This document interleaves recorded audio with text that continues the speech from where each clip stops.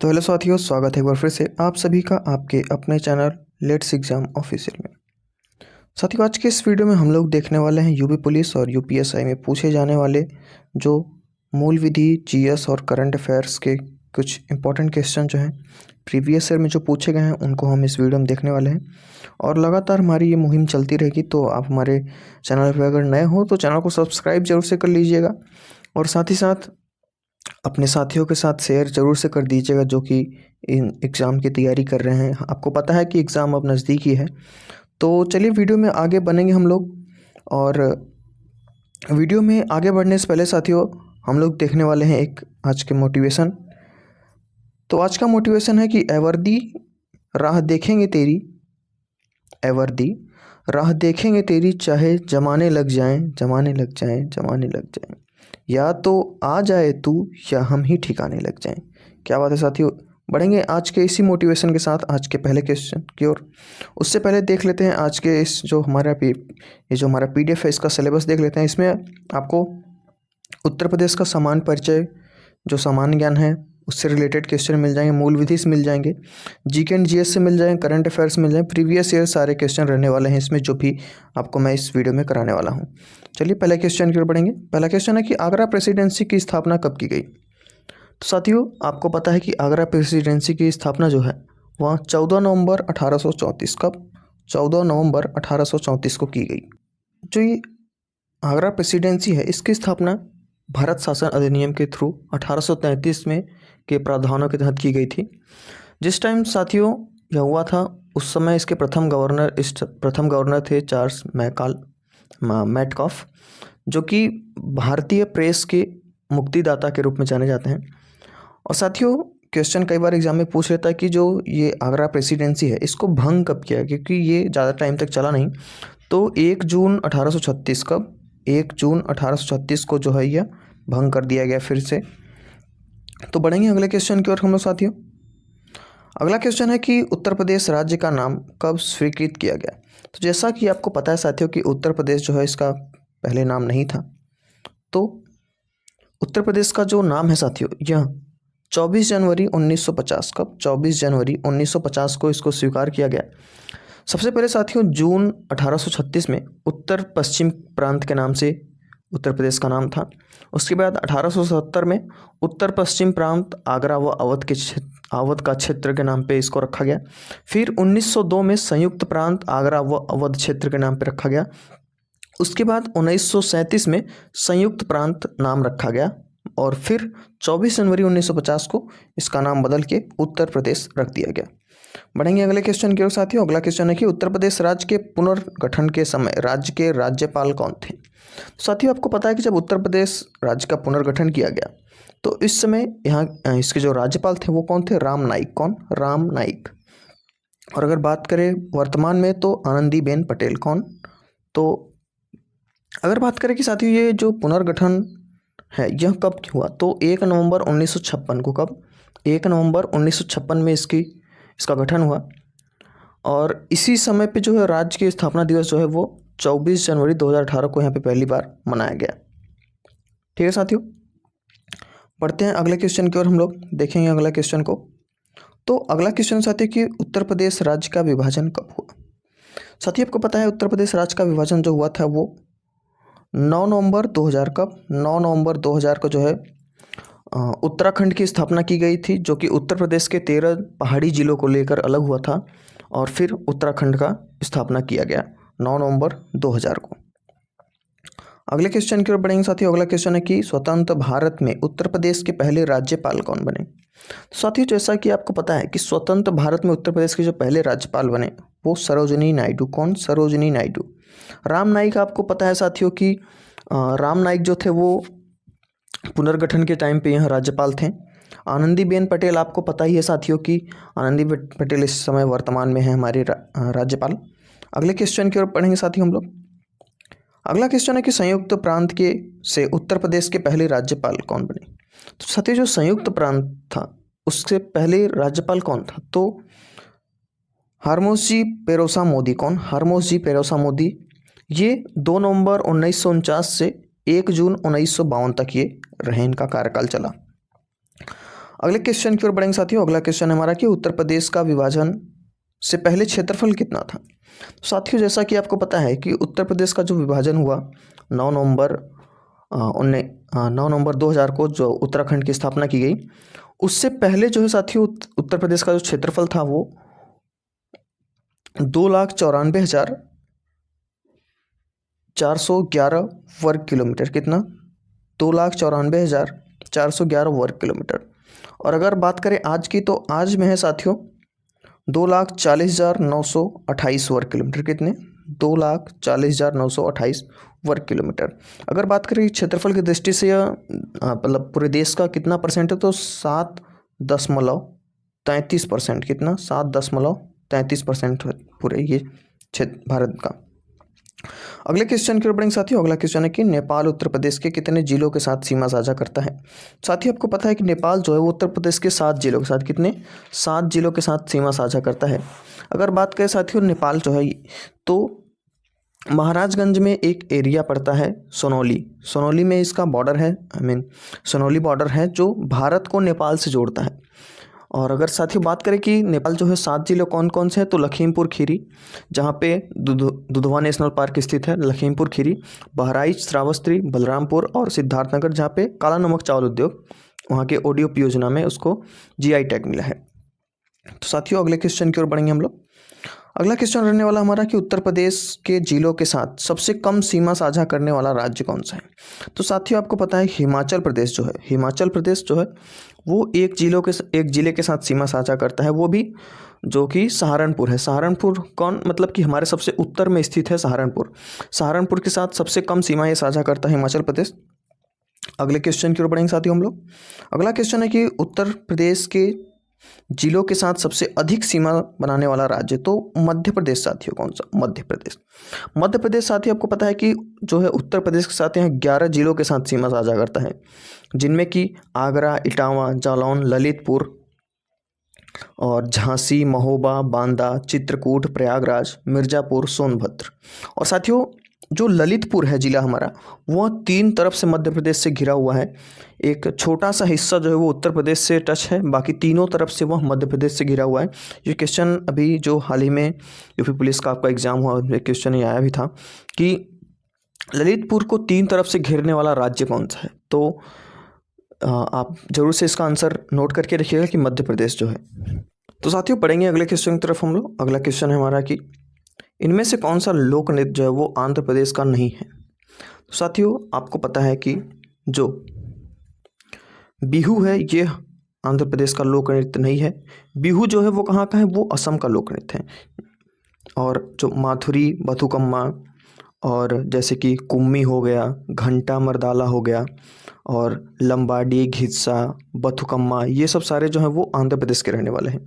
साथ ही जो ये माधुरी नृत्य है इसको माथुरी जनजातियों द्वारा प्रस्तुत किया जाता है, जो कि श्रावण वर्षा के दौरान प्रस्तुत किया जाता है। और अगर बात करें बथुकम्मा की, तो ये जो नृत्य है साथियों ये मुख्य रूप से आंध्र प्रदेश में किया जाता है और बथुकम्मा महोत्सव के समय इसको महिलाओं द्वारा प्रस्तुत किया जाता है। बथुकम्मा के आखिरी दिन को सदुला यानी बथुकम्मा कहते हैं। चलिए साथियों अगले क्वेश्चन की ओर बढ़ेंगे हम लोग यहाँ से। अगला क्वेश्चन है साथियों हमारा कि झूमुर किस राज्य का लोक नृत्य है। तो साथियों अगर बात करें झूमुर की, तो झूमुर जो है वो असम का, कहाँ पर, असम का रहने वाला है। झूमुर हो गया बिछुआ, नट पूजा, महारास, खेल गोपाल, बिहू, अंकिया, नाट, काली गोपाल और बागुरुम्बा, ये सारे कहाँ के होने वाले हैं, तो असम के रहने वाले हैं। अभी आंध्र प्रदेश का आपने जैसे देखा कि माधुरी, घंटा मर्दाना, बुट्टा, बोम्मालू, भालकल्पम, लंबाडी, घिस्सा, ये सारे जो हैं वो आंध्र प्रदेश के हैं। अरुणाचल प्रदेश की अगर बात करें तो मुखौटा, बुइया, छालो, वांचो, पासी, कोंगी, लायन एंड पीकॉक, ये सारे जो हैं वो आपके रहने वाले हैं अरुणाचल प्रदेश के। अगर साथियों हम बात करें झूमुर की, तो साथियों झूमुर नृत्य जो है वो असम के आदिवासियों या चाय जनजाति जो है वहाँ पे उसके समुदायों द्वारा प्रस्तुत किया जाता है। अगले क्वेश्चन की ओर बढ़ेंगे साथियों हम लोग यहाँ से। अगला क्वेश्चन हमारा कि इनमें से कौन अरुणाचल प्रदेश का लोक नृत्य नहीं है। तो साथियों आपको पता है कि जो खेल गोपाल है ये अरुणाचल प्रदेश का लोक नृत्य नहीं है। बाकी मुखौटा और लायन पीकॉक जो है ये आपके अरुणाचल प्रदेश के होने वाले हैं। अगर बात करें साथियों मुखौटा नृत्य की, तो मुखौटा नृत्य का संबंध जो है वो कथकली नृत्य शैली से ही है। और अगर लायन एंड पीकॉक की बात करें तो यह डांस जो है अरुणाचल प्रदेश की जनजाति जो है कि मोनपा का एक लोक नृत्य है। कौन सी? मोनपा जनजाति जो कि अरुणाचल प्रदेश में रहती है, उनका ये एक लोक नृत्य है लायन एंड पीकॉक डांस। इनमें नर्तकियां मुर्गा और शेर के सिर के समान मुखौटा पहनती हैं। अगले क्वेश्चन के बढ़ेंगे साथियों इसी के साथ अगला क्वेश्चन रहने वाला कि यामिनी कृष्णमूर्ति को पद्मश्री से कब सम्मानित किया गया? तो साथियों आपको जैसा पता है कि यामिनी वो 1968 में जो है वो पद्मश्री से सम्मानित किया गया। अगर बात करें इनको पद्म भूषण तो 2001 में इनको पद्म भूषण से सम्मानित किया गया। पद्म विभूषण से 2016 में इनको सम्मानित किया गया। इनकी एक आत्मकथा है ए पैशन फॉर डांस। कौन सा? A passion for dance. ये काफ़ी इंपॉर्टेंट रहने वाला है, आप याद रखिएगा। ये तमिलनाडु राज्य से बिलोंग करती हैं। और इनके अगर बात करें शास्त्रीय नृत्य, ये भरतनाट्यम और कुचिपुड़ी के शास्त्रीय नृत्य हैं ये। तो अगले क्वेश्चन की ओर बढ़ेंगे साथियों। अगला क्वेश्चन हमारा कि अल्लाह रखा खां को किस वर्ष पद्मश्री से सम्मानित किया गया? तो साथियों जो अल्लाह रखा खां हैं इनको साथियों पद्मश्री की अगर बात करें तो 1977। कब? 1977 में इनको सम्मानित किया गया पद्मश्री से। अगर बात करें संगीत नाटक अकादमी अवार्ड से तो इन्हें 1982 में, कब? 1982 में, सॉरी हाँ 1982 में ही सम्मानित किया गया। तो अगले क्वेश्चन की ओर बढ़ने वाले यहाँ से हम लोग। अगला क्वेश्चन होने वाला हमारा कि आइस हॉकी में खिलाड़ियों की संख्या कितनी रहती है? तो साथियों जो आइस हॉकी है इनमें खिलाड़ियों की संख्या जो है होने वाली है वो 6। कितने? 6। अगर बात करें क्रिकेट में तो क्रिकेट में साथियों आपको सभी को पता है कि क्रिकेट में 11 प्लेयर रहते हैं। बात करें स्नूकर एक गेम होता है तो इसमें 1 प्लेयर रहता है। बैडमिंटन में 1 या 2 प्लेयर रहते हैं। फुटबॉल में 5 रहते हैं। पोलो में 4 रहते हैं। और अगर बात करें बास्केटबॉल की तो 5। आपके वॉलीबॉल में 6 प्लेयर रहते हैं। वाटर पोलो होता है उसमें 7 प्लेयर रहते हैं। कबड्डी में 7 प्लेयर रहते हैं। हैंडबॉल नेटबॉल में 7 प्लेयर रहते हैं। बेसबॉल में 9 प्लेयर रहते हैं। और खो खो एक गेम होता है उसमें 9 प्लेयर रहते हैं। आपने स्कूल के टाइम में खो खो बहुत गेम खेला होगा, अगर जो स्कूलों में मतलब गांव वाले स्कूलों में पढ़े होंगे। मैंने तो बहुत बार खेला है ये गेम।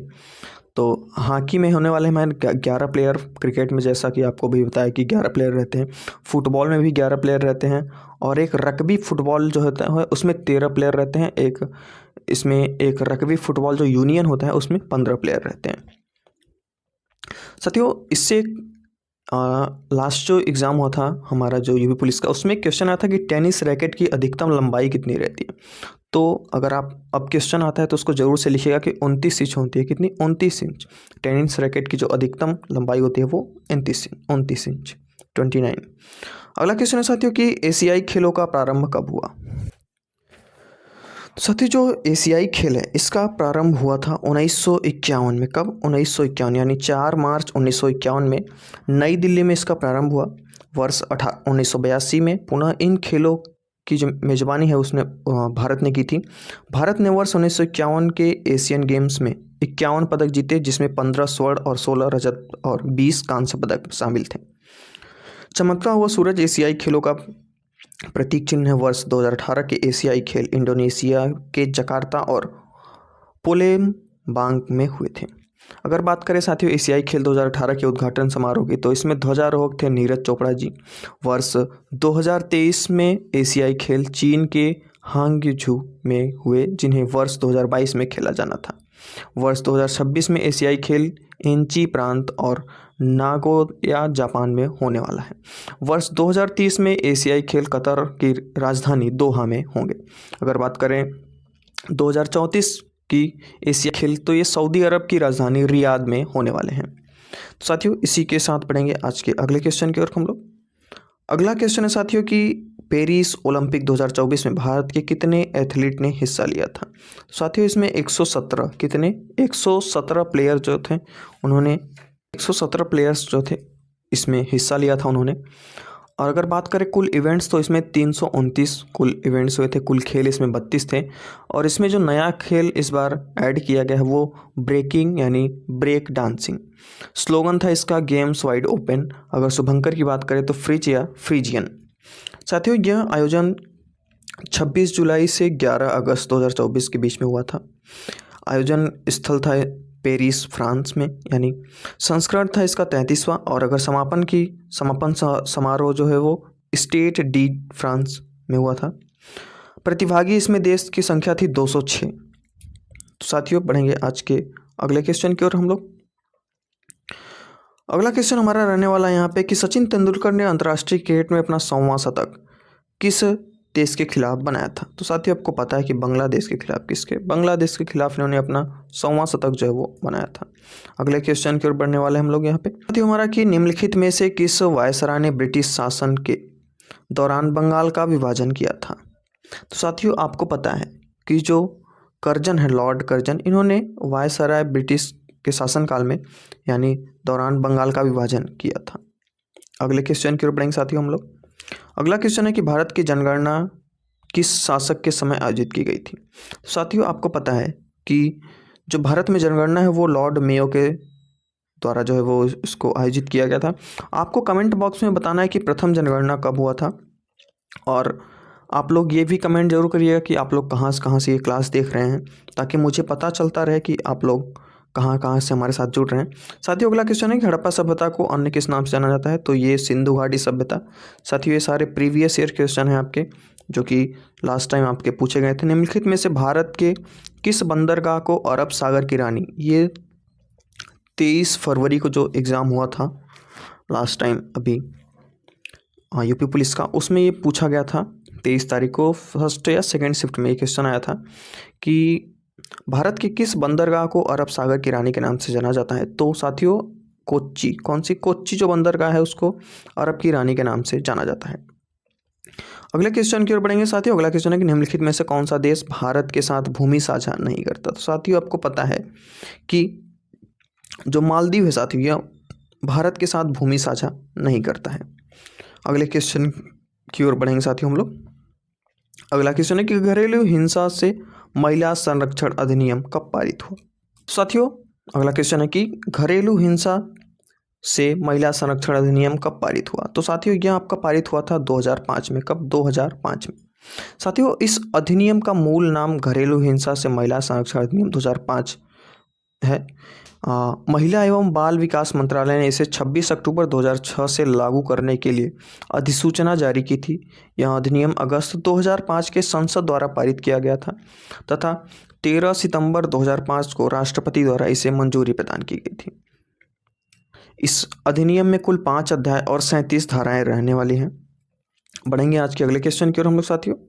अगला क्वेश्चन है साथियों कि घरेलू हिंसा अधिनियम 2005 के धारा 2B में किसकी परिभाषा दी गई। तो बालक की परिभाषा साथियों। किसकी परिभाषा? बालक की परिभाषा यहाँ पे दी गई है। आपके जो है इस धारा में जो है वो 18 वर्ष से कम आयु का बच्चा जो है वो बालक की श्रेणी में माना गया है। साथियों अगले क्वेश्चन की ओर बढ़ेंगे हम लोग यहाँ पे। अगला क्वेश्चन है कि माना कि दहेज प्रतिषेध अधिनियम कब पारित हुआ। तो साथियों आपको पता है कि दहेज प्रतिषेध अधिनियम जो है वो 1961 में, कब? 1961 में पारित हुआ। साथियों यह जो है इसका कभी कभी डेट पूछ लेता, तो आप लोग याद रखिएगा कि 20 मई 1961 में इसको पारित किया गया और इसको लागू 1 जुलाई 1961 में किया गया। यह अधिनियम कुल 10 धाराएं हैं इसमें और इसमें कोई अध्याय नहीं है। अगले क्वेश्चन की ओर बढ़ेंगे साथियों। अगला क्वेश्चन है हमारा कि लैंगिक अपराधों से बालकों का संरक्षण अधिनियम कब पारित हुआ। तो साथियों आपको पता है कि जो लैंगिक अपराध हैं इससे बालकों का संरक्षण के लिए यह जो नियम है वह जो है 2012, कब? 2012 में पारित किया गया। साथियों इस अधिनियम का मूल नाम जो है वो लैंगिक अपराधों से बालकों का संरक्षण अधिनियम 2012 रखा गया। यह अधिनियम पारित हुआ था 19 जून 2012 को और इसको लागू किया गया 14 नवंबर 2012 को। इसमें टोटली 9 अध्याय हैं। इसमें कुल 46 धाराएं रहने वाली हैं। अनुसूची 1 में इसकी बात की गई है। साथियों इसको जो है पॉक्सो नियम 2020 में अधिसूचित कर दिया गया है। अगले क्वेश्चन की ओर साथियों हम लोग बढ़ने वाले हैं। अगला क्वेश्चन है हमारा आज का अंतिम प्रश्न रहने वाला है कि सूचना का अधिकार नियम कब पारित किया गया। तो साथियों जो है सूचना का अधिकार नियम वह 2005 में, कब? 2005 में पारित किया गया। अगर साथियों बात करें कि सूचना का अधिकार नियम जो है, इससे नागरिकों के अनुरोध पर समयबद्ध रूप से उत्तर देने का अधिदेश करता है। यह कार्मिक और प्रशिक्षण विभाग, कार्मिक लोक शिकायत और पेंशन मंत्रालय द्वारा शुरू की गई एक पहल है, जो भारत सरकार और उसके साथ साथ राज्य सरकारों के अधीन विभिन्न लोक प्राधिकरणों द्वारा स्वेच्छा पर प्रकाशित की गई। सूचना का अधिकार से संबंधित सूचना पर पहुंच के अतिरिक्त विभिन्न अधिकारियों में से प्रथम अपीलीय प्राधिकारियों, लोक सूचना अधिकारियों आदि के ब्यौरे संबंधी सूचना को तत्काल खोजने के लिए नागरिकों को सूचना का अधिकार पोर्टल गेटवे उपलब्ध कराया गया। अगर बात करें साथियों इसका उद्देश्य क्या था जारी करने का, तो इससे जो है वो भ्रष्टाचार के खिलाफ कार्रवाई करने के लिए, सरकारी विभागों में जानकारी लेने के लिए कि सरकारी जो हमारे रखे गए हैं एम्प्लॉय वो सही से काम कर रहे हैं या नहीं कर रहे हैं। तो साथियों ये क्वेश्चन आपको कैसे लगे कमेंट बॉक्स में जरूर बताइएगा, और अगर वीडियो पसंद आई हो तो वीडियो को लाइक और चैनल को सब्सक्राइब जरूर से कर लीजिएगा। अपने दोस्तों के साथ शेयर जरूर से कीजिए, क्योंकि ये प्रीवियस ईयर क्वेश्चन है। आपको अब प्रीवियस ईयर क्वेश्चन पे भी ज़्यादा ध्यान देना चाहिए, क्योंकि आपके पुराने क्वेश्चन ज़्यादा पूछे जाते हैं एग्जाम्स में, आप देखते ही हैं। अगर बात करें साथियों इसकी पीडीएफ की, तो पीडीएफ आपको साथियों डिस्क्रिप्शन में लिंक होगा हमारे टेलीग्राम चैनल का, वहाँ से आप हमारे Telegram channel let's exam official को ज्वाइन कर लीजिए। वहाँ पर आपको ये पीडीएफ सारे फ्री में मिलने वाले हैं। बाकी आपको ये वीडियो कैसे लगी और हमारे कमेंट बॉक्स में ज़रूर बताइएगा, और प्रथम जनगणना कब हुआ था वो भी हमारे कमेंट बॉक्स में ज़रूर बताइएगा। साथियों जाते जाते एक मोटिवेशन आपके लिए कि मन के जीते जीत हैं, मन के हारे हार, हार गए जो बिन लड़े उन पर है धिक्कार। तू भोर का पहला तारा है, परिवर्तन का एक नारा है, यह अंधकार कुछ पल का है, फिर सब कुछ तुम्हारा है। साथियों मिलेंगे ऐसे ही आपको नेक्स्ट वीडियो में, तब तक के लिए जय हिंद, जय भारत।